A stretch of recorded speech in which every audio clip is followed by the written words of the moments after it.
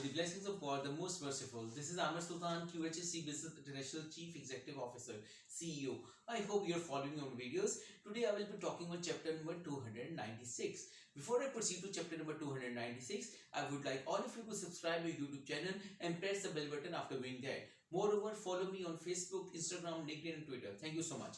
Chapter number 296 is about uh, ISO 9001-2015 Quality Management Standard implementation and how to maintain it.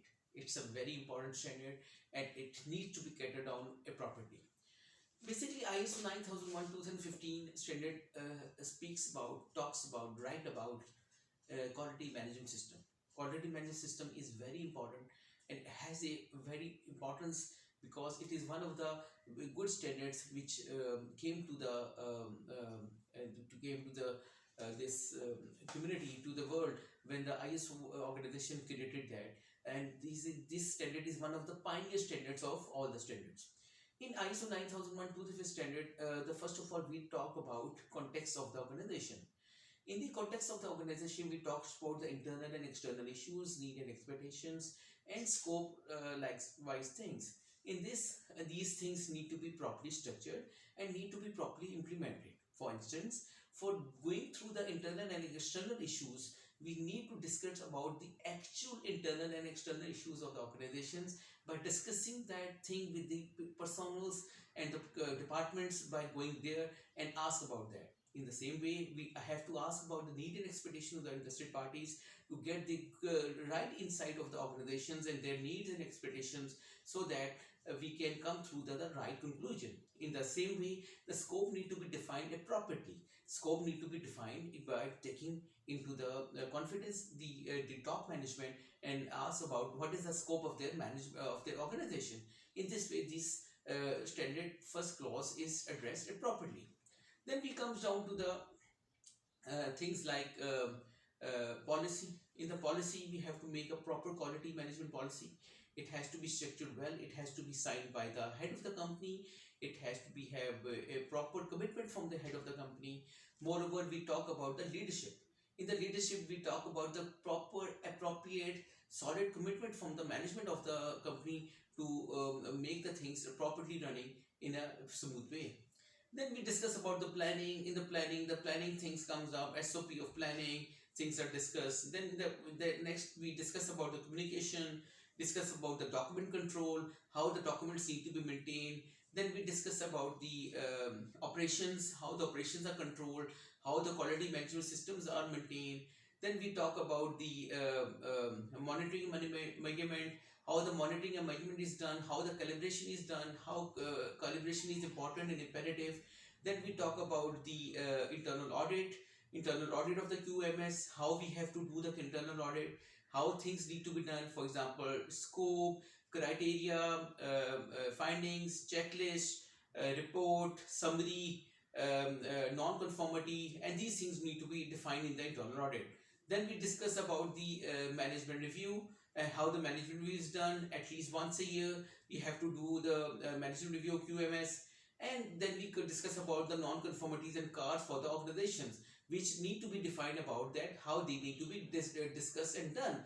Like how the CARs need to be structured and how the CARs need to be found out in the internal audit and how they need to be solved out. And then comes down the improvement. This is a brief overview I have given you about the ISO 9001-2015 standard and how things are written down in there. Basically, things which are very important and imperative for the QMS standard ISO 9001-2015 for the standard need to be done for any organizations are policy, QMS objectives, QMS SOPs. SOPs can be many SOPs, like for any organization it depends upon the size, but it ranges around 30 or plus 30 SOPs. For example, SOP of communication, SOP of operations, SOP of internal audit, SOP of management review, SOP of monitoring measurement, SOP of training, SOP of operations management, SOP of non-conformity corrective action, SOP of scope, store, SOP of document control, SOP of planning, SOP of need and expectation of interested parties, SOP of internal and external issues, SOP of improvement, and many more. These SOPs are structured. Then we have to discuss about the calibration. Calibration need to be done properly from a recognized institution. Then we have to discuss about the JDs, how the JDs job description need to be structured.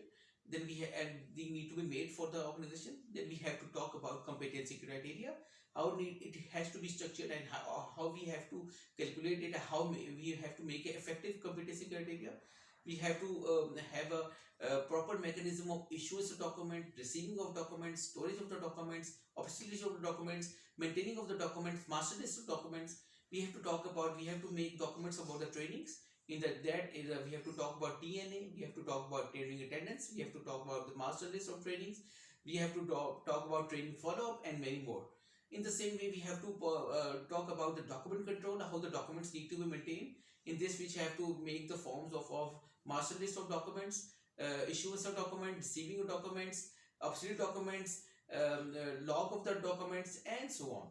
In the same way, we have to talk about non-conformities, how the non-conformities are raised in the non-conformity car, and how the cars are made, how the car log is maintained, and so on. So there are numerous things which need to be done for the QMS system, which needs to be implemented to make it effective, appropriate, and useful for the organization.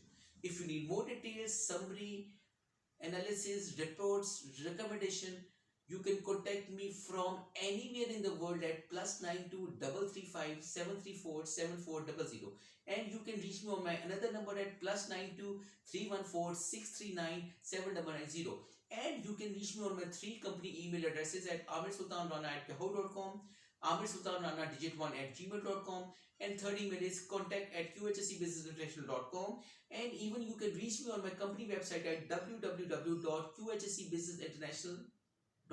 Thank you so much.